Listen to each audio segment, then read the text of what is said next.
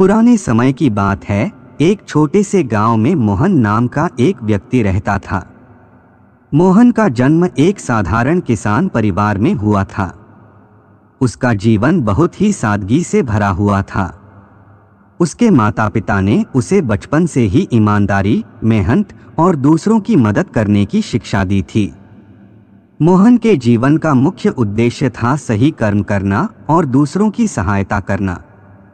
वह हमेशा अपने कर्मों पर ध्यान देता था और यही सोचता था कि सही कर्म ही जीवन में सच्ची शांति और संतोष की प्राप्ति कराते हैं। मोहन का दिन सवेरे उठकर खेतों में काम करने से शुरू होता था। वह सूरज उगने से पहले ही खेतों में पहुंच जाता और शाम ढलने तक मेहनत करता रहता। उसकी मेहनत और लगन के कारण उसके खेतों की फसल हमेशा अच्छी होती थी। लेकिन मोहन का दिल सिर्फ अपने खेतों तक सीमित नहीं था। गांव के किसी भी व्यक्ति को मदद की जरूरत होती, मोहन सबसे पहले पहुंचता। वह अपने गांव के लोगों का बहुत सम्मान करता था और उनकी हर संभव मदद करने के लिए तत्पर रहता था। उसी गांव में लीला नाम की एक स्त्री भी रहती थी। लीला का जीवन मोहन से थोड़ा अलग था। उसका जन्म एक धार्मिक परिवार में हुआ था, जहां धर्म और आस्था का विशेष महत्व था। लीला को बचपन से ही धार्मिक संस्कार मिले थे। उसके माता पिता उसे मंदिर में ले जाते, पूजा पाठ सिखाते और धार्मिक अनुष्ठानों में हिस्सा दिलाते। लीला के जीवन का उद्देश्य था भगवान की भक्ति और धर्म का पालन करना। उसका मानना था कि धर्म का पालन करने से ही जीवन में सच्ची सुख शांति मिलती है। लीला का दिन भगवान की पूजा और व्रतों से शुरू होता था। वह सुबह उठते ही स्नान करती, मंदिर जाती और भगवान के सामने दीप जलाकर भक्ति में लीन हो जाती। उसका अधिकांश समय धार्मिक पुस्तकों के अध्ययन में और मंदिर में बीतता था। गांव के लोग उसे बहुत श्रद्धा से देखते थे और उसके धार्मिक आचरण की सराहना करते थे। लीला को विश्वास था कि उसकी प्रार्थनाएं और धार्मिक कर्म ही उसके और गांव के लोगों के लिए कल्याणकारी हैं।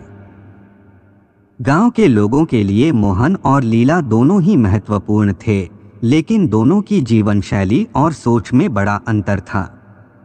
मोहन का मानना था कि जीवन में सबसे महत्वपूर्ण चीज सही कर्म है, जबकि लीला का विश्वास था कि धर्म का पालन ही सबसे बड़ा कर्तव्य है।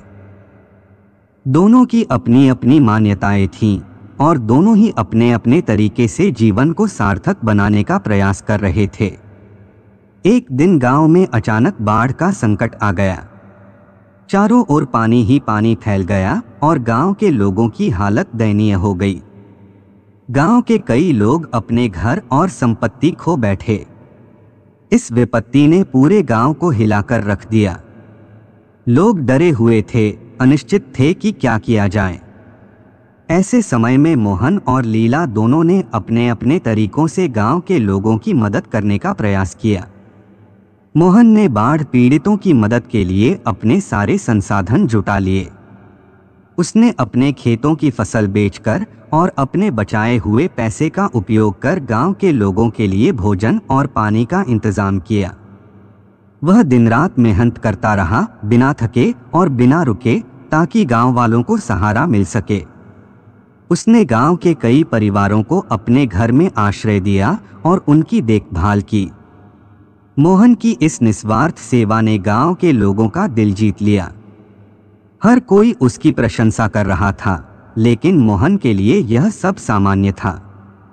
उसने वही किया जो वह सही मानता था, दूसरों की मदद करना और सही कर्म करना। दूसरी ओर लीला ने बाढ़ के संकट को देखकर भगवान से प्रार्थना की। उसने मंदिर में जाकर पूरे गांव के कल्याण के लिए पूजा पाठ किया। लीला ने भगवान के सामने व्रत रखा और गांव की विपत्ति को दूर करने की प्रार्थना की। वह अपने धार्मिक कर्तव्यों का पालन करते हुए पूरी श्रद्धा के साथ भगवान की भक्ति में लीन हो गई। उसके मन में यह विश्वास था कि उसकी प्रार्थनाएं और धर्म पालन ही गांव को इस संकट से उबार सकते हैं।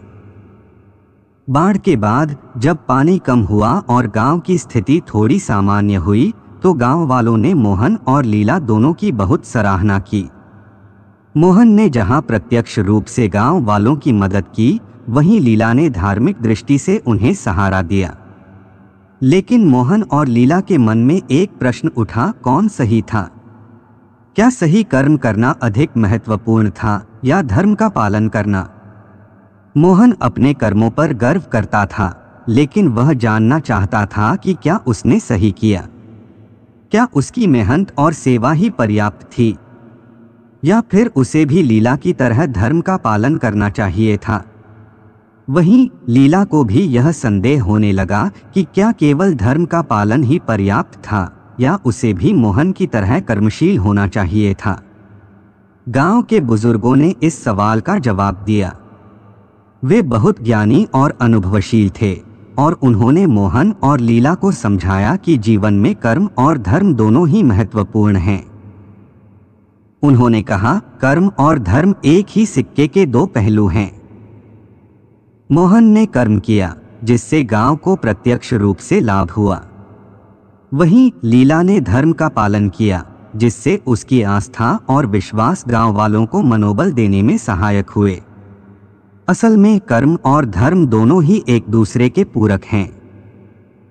बिना धर्म के कर्म अधूरा है और बिना कर्म के धर्म का पालन अधूरा। बुजुर्गों की बातों से मोहन और लीला को यह समझ में आया कि जीवन में संतुलन बनाना आवश्यक है। उन्होंने महसूस किया कि सही कर्म और सच्चा धर्म मिलकर ही जीवन को पूर्णता देते हैं।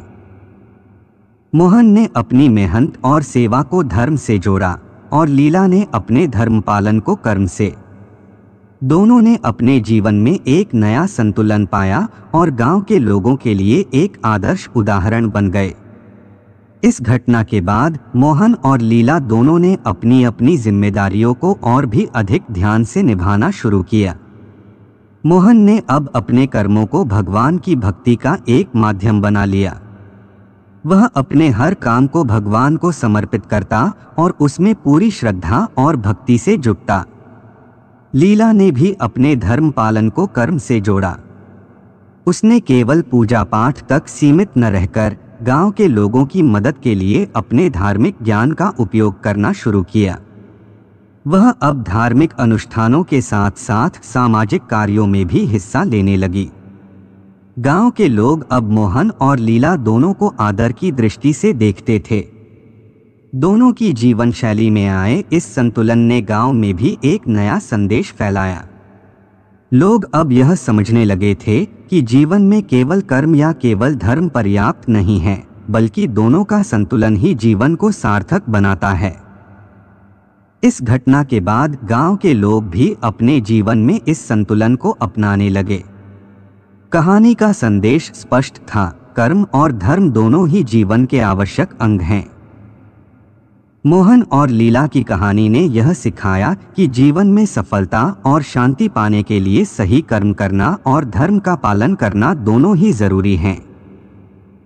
जब हम अपने कर्मों को धर्म से जोड़ते हैं और अपने धर्म का पालन कर्मशीलता के साथ करते हैं, तभी हमारा जीवन सही मायनों में सफल होता है। इस प्रकार मोहन और लीला की कहानी ने गांव में एक नई दिशा दी और दोनों ने मिलकर गांव के लोगों को यह सिखाया कि जीवन में संतुलन का महत्व कितना आवश्यक है।